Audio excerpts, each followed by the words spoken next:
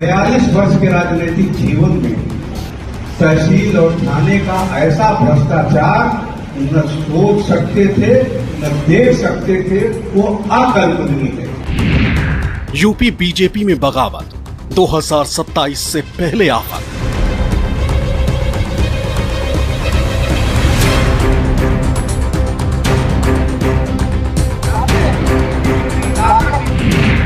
PDA formula बना फांस, BJP को नहीं कोई आस।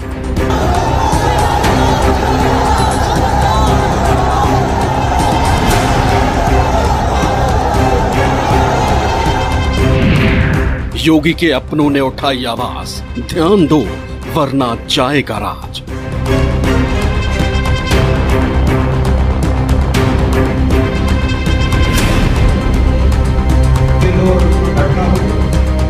देश की राजनीति का सबसे बड़ा अखाड़ा है उत्तर प्रदेश। कहा जाता है कि उत्तर प्रदेश में जातियां पहले, दल दूसरे नंबर पर और सबसे आखिर में आते हैं मुद्दे। और 2024 लोकसभा चुनाव में जातियों के गुणागणित ने जो नतीजे पेश किए, उसने यूपी की राजनीति को हिला कर रख दिया। उत्तर प्रदेश में लोकसभा चुनाव के दौरान बीजेपी की हार के बाद से पार्टी की मुसीबत कम होने का नाम ही नहीं ले रही है। बीजेपी नेताओं के बयान हर दिन पार्टी के लिए नई चुनौती बनते जा रहे हैं। ताजा बयान वरिष्ठ नेता और पूर्व मंत्री राजेंद्र प्रताप सिंह और बदलापुर विधानसभा क्षेत्र से विधायक रमेश चंद्र मिश्रा का है। यूपी बीजेपी के दोनों बड़े नेताओं ने प्रदेश में अपनी ही पार्टी और अपनी सरकार पर ऐसे बयान दिए कि उत्तर प्रदेश की राजनीति में भूचाल आ गया। बीजेपी विधायक रमेश चंद्र मिश्रा ने तो यहाँ तक कह दिया कि केंद्र सरकार को जल्द ही कुछ बड़े फैसले लेने होंगे, तभी बीजेपी की फिर से 2027 में यूपी में सरकार बन पाएगी। पीडीए के जरिए जो भ्रम फैलाया गया है, उसके कारण बीजेपी की स्थिति यूपी में खराब है। मेरे 42 वर्ष के राजनीतिक जीवन में तहसील और थाने का ऐसा भ्रष्टाचार न सोच सकते थे, न देख सकते थे, वो अकल्पनीय है। आप जा रहे मोटरसाइकिल पकड़ ले रहा है, घर में आपने एक बल्ब ज्यादा जला लिया, एक थाना हमने खोल दिया है, आप जो लुटेरे की तरह हमें लूट ले रहा है, धमकी दे रहा है, 135 का मुकदमा लिखा रहा है, हम अपराध न करें, हम अपराधी हो गए, कोई हम हाथरस के बाबा हैं कि हम कह रहे हैं मेरे पैर की धूल ले लो और उसमें घटना हो जाए। इसलिए मित्रों, आपका अभिनंदन जवानी करने से नहीं काम चलने वाला है। आपका अभिनंदन आपके माथे के चंदन की रक्षा के बाद ही संभव है। यही जो स्थिति परिस्थिति है, जिस तरीके से पीडीए की बात चल रही है और जिस तरीके से समाजवादी पार्टी ने व्यापक भ्रामक स्थिति आम जनमानस में पैदा कर रखी है, उस हिसाब से अगर मैं देखूं तो भारतीय जनता पार्टी की आज की डेट में हमारी स्थिति अच्छी नहीं है। स्थिति अच्छी हो सकती है, उसके लिए मैं समझता हूं केंद्रीय नेतृत्व को बड़े निर्णय लेने पड़ेंगे। केंद्रीय नेतृत्व को जो है कहीं न कहीं उत्तर प्रदेश के चुनाव पे पूरी तरीके से फोकस करना पड़ेगा। भारतीय जनता पार्टी के एक एक कार्यकर्ता को, एक एक जनप्रतिनिधि को मन से लगना पड़ेगा, तभी हम 27 में सरकार पुनः बना सकते हैं। नहीं तो आज की जो स्थिति है, उस स्थिति के हिसाब से हमारी सरकार बहुत ही स्थिति खराब है। हमारी सरकार बनने की स्थिति आज के डेट में नहीं दिखाई पड़ रही है। अपनी ही पार्टी को लेकर नेगेटिव बयान देने वाले दोनों नेताओं का वीडियो वायरल है और इन बयानों ने बीजेपी विरोधियों को बीजेपी के खिलाफ हमले का बड़ा मौका दे दिया है। रमेश चंद्र मिश्रा के बयान पर समाजवादी पार्टी के अध्यक्ष अखिलेश यादव ने पलटवार करते हुए कहा कि पीडीए सकारात्मक सौहार्द का नया इतिहास लिखने वाली है। समाजवादी पार्टी अध्यक्ष ने एक्स पर पीडीए की रणनीति का जिक्र करते हुए बीजेपी पर निशाना साधा और उनकी राजनीति को शोषण करने वाली नकारात्मक राजनीति बताया। अखिलेश यादव ने लिखा, समाजवादी पार्टी की पीडीए की नीति आम जनता को उसका हक दिलवाने वाली, आम जनता का कल्याण करने वाली, शोषण उत्पीड़न से आम जनता की रक्षा करने वाली, संविधान आरक्षण को बचाने वाली, पिछड़े दलितों, अल्पसंख्यकों, आदिवासियों, आधी आबादी और अगड़ों में भी उत्पीड़ितों को प्रभुत्ववादियों के अत्याचार से बचाने वाली, किसान, मजदूर, महिला, युवा, कारोबारी, नौकरी पेशा, दुकानदारों और बाकी सबका भी ख्याल रखने वाली, समाज के हर वर्ग और तबके को जोड़ने वाली, सामुदायिक राजनीति का नया युग शुरू करने वाली, सामाजिक सौहार्द, एकता, भाईचारे को एक सूत्र में करने वाली, सकारात्मक राजनीति का नया इतिहास लिखने वाली भाजपा आम जनता का शोषण करने वाली, समाज को तोड़ने वाली नकारात्मक राजनीति के पास पीडीए की पॉजिटिव पॉलिटिक्स का कोई जवाब नहीं।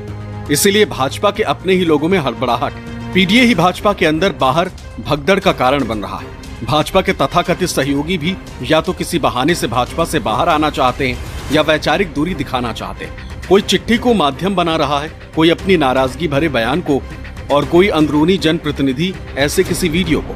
भाजपाई खेमे की चिंता सिर्फ यूपी के 2027 के चुनाव हारने की ही नहीं है, बल्कि भविष्य का हर चुनाव हारने की है। पीडीए एक नव जागरण है।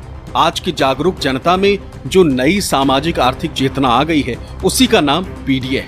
पीडीए वर्तमान के पटल पर सामाजिक अखंडता के नए भविष्य का उद्घोष है। बीजेपी विधायक रमेश चंद्र मिश्रा के बयान पर हंगामा मचा तो विधायक जी ने अपने बयान से यू टर्न ले लिया।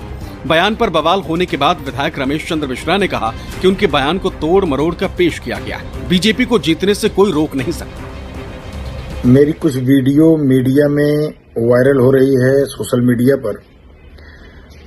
मैं आपको बताना चाहता हूं कि उसको तोड़ मरोड़ करके पेश किया जा रहा है।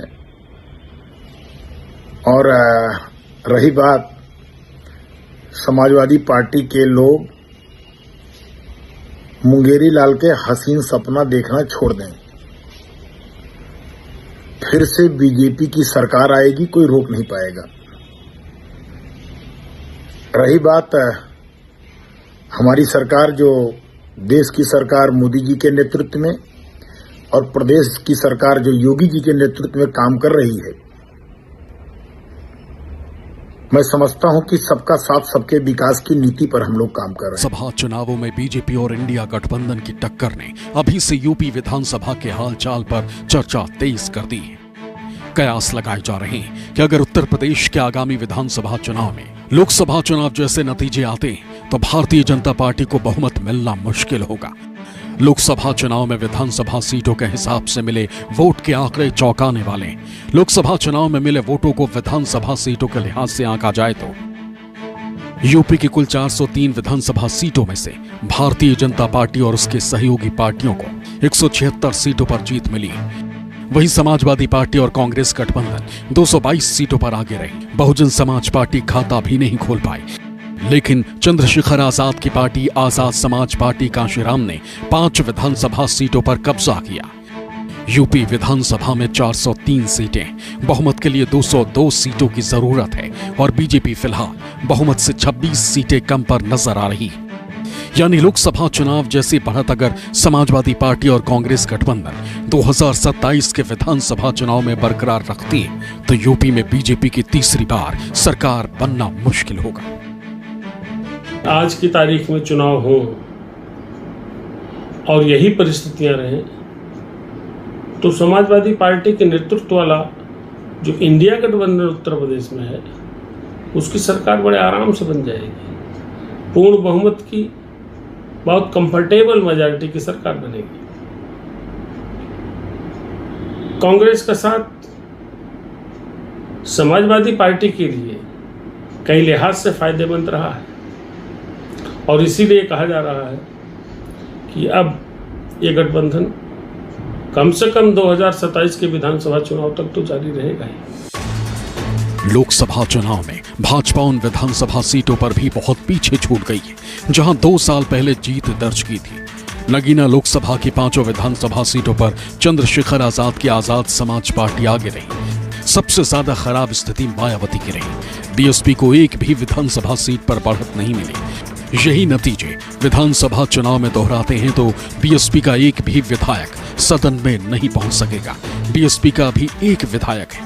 बीजेपी गठबंधन के पास 287 सीटें, जबकि एसपी कांग्रेस के पास 113 सीटें और 2 सीटें जनसत्ता दल लोकतांत्रिक के पास हैं। जोन वाइज विधानसभा में बढ़त के आंकड़े देखें तो एनडीए पश्चिमी यूपी को छोड़कर सभी जोन में समाजवादी पार्टी और कांग्रेस गठबंधन से पिछड़ती नजर आती। सबसे ज्यादा नुकसान पूर्वांचल में ही हुआ।